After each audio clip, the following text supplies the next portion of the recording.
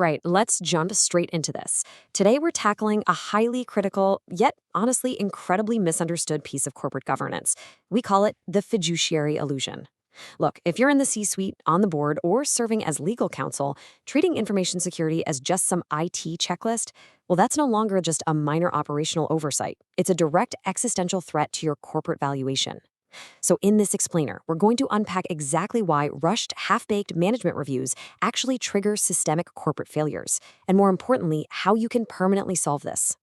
I want you to start by asking yourself a very serious, very blunt question. Are your management reviews a true strategic safeguard, or are they an impending fiduciary failure? So often, we see security reviews treated as a mere compliance annoyance, something that just gets rescheduled the second calendars get a bit tight. But treating these executive reviews as optional, that creates a massive, unquantifiable risk that lands squarely on the shoulders of executive leadership. To navigate this effectively today, we've got a very tight, highly structured agenda.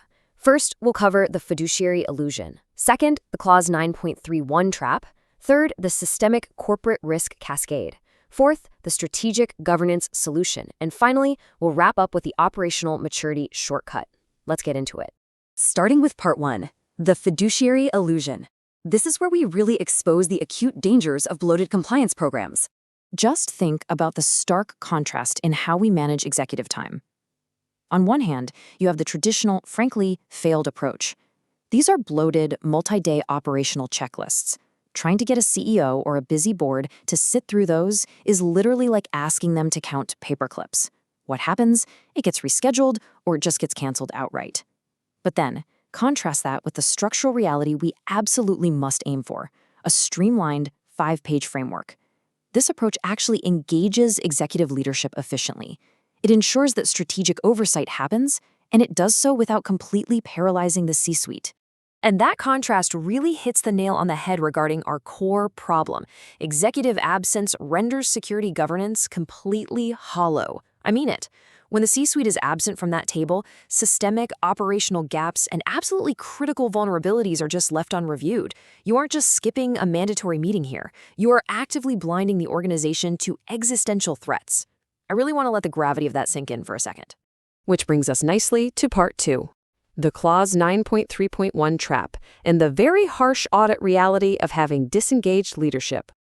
We really have to ground our understanding here in the actual architecture of global information security standards. Under the ISO 27001 framework, Clause 9.3.1 is the specific, non-negotiable mandate governing the planning, inputs, outputs, and execution frequency of top-level information security management system reviews. And crucially, this mandate explicitly requires the active involvement of executive leadership. This is not some mid-level IT guideline that you can delegate away. It is a strictly structured executive mandate. So how exactly does the framework penalize failure? Well, there are two devastating missteps we see all the time. First, if these management reviews are not conducted at least annually, the technical consequence is an immediate major nonconformance. Period. Second, if you do hold the reviews but they fail to actually include the C-suite, boom, that again triggers a major nonconformance. In the world of compliance, a major nonconformance is a catastrophic roadblock. It halts your certification dead in its tracks, and frankly, it throws up massive red flags to every single enterprise client relying on your security posture. Moving to Part 3, the systemic corporate risk cascade. We really need to put our deep thinking hats on for this one, as we map out the devastating domino effect of these unreviewed security postures. Let's just systematically step through this undeniable chain reaction. Step 1. It all starts with those unreviewed security postures caused by executive absence. Because leadership isn't there evaluating the inputs and outputs, critical controls begin to decay. This directly opens the door for Step 2, a systemic operational collapse. Think of a massive, incredibly loud cloud database breach.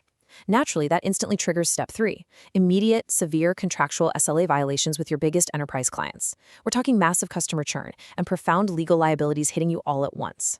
Step 4 follows rapidly on its heels. The public fallout inevitably leads to a total collapse in stock valuation and market cap, completely compounded by crushing statutory regulatory fines. And finally, Step 5, the inevitable, highly public, career-ending termination of the CIO, the CISO, and key executive officers. Ultimately, this entire cascade culminates in a complete failure of board fiduciary duty. It is absolutely vital to understand this. A technical breach born out of executive neglect is not viewed by the market. or by the courts for that matter, as a simple IT error.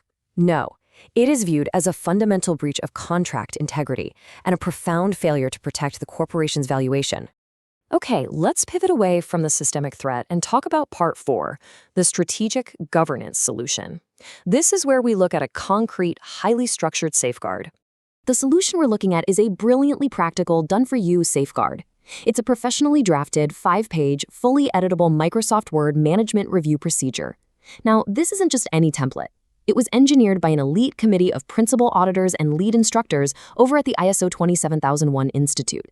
It flawlessly neutralizes that exact Clause 9.3.1 compliance trap we just discussed. It totally replaces those bloated, impossible-to-schedule meetings with a highly structured framework, one that genuinely respects executive time while ensuring uncompromising audit-proof oversight. And that naturally leads us into our final section, the operational maturity shortcut. Because at the end of the day, this is really about achieving maximum return on investment for executive governance time. What is genuinely fascinating about this framework is the sheer speed of implementation. The procedure utilizes very simple default placeholders. You literally just replace ABC Technologies Private Limited with your actual company name, you swap out the acronym ABCTPL for your own, and you drop in your corporate logo. Executing this massive strategic safeguard requires only minutes of basic administrative customization. You aren't sitting there building a complex governance structure from scratch, you're adopting a globally vetted standard instantly. And that brings us to this incredibly critical number, 15 to 20. By implementing this expertly crafted procedure, your organization instantly gains 15 to 20 years of information security management system operational maturity. Instead of learning the hard way through decades of trial, error, and potential audit failures, you are essentially leapfrogging straight to the finish line of elite corporate governance. Minutes to customize, a multi-decade leap in operational maturity. It's an absolutely incredible point of leverage for any business. By making this small, highly targeted structural adjustment, you completely remove the friction that keeps the C-suite away from the security table in the first place. And in doing so, you actively protect the entire organization from that devastating risk cascade we mapped out earlier. So, as we wrap up this explainer, I want to leave you with one final, highly provocative thought to consider. Will you secure your corporate valuation today by adopting a proven structured management review framework? Or will you risk absolutely everything on a hollow security posture? The tools for absolute strategic governance are clearly defined in the source material, and they are ready to be implemented right now. It's time to make the choice that secures your future. Thanks so much for joining me for this explainer.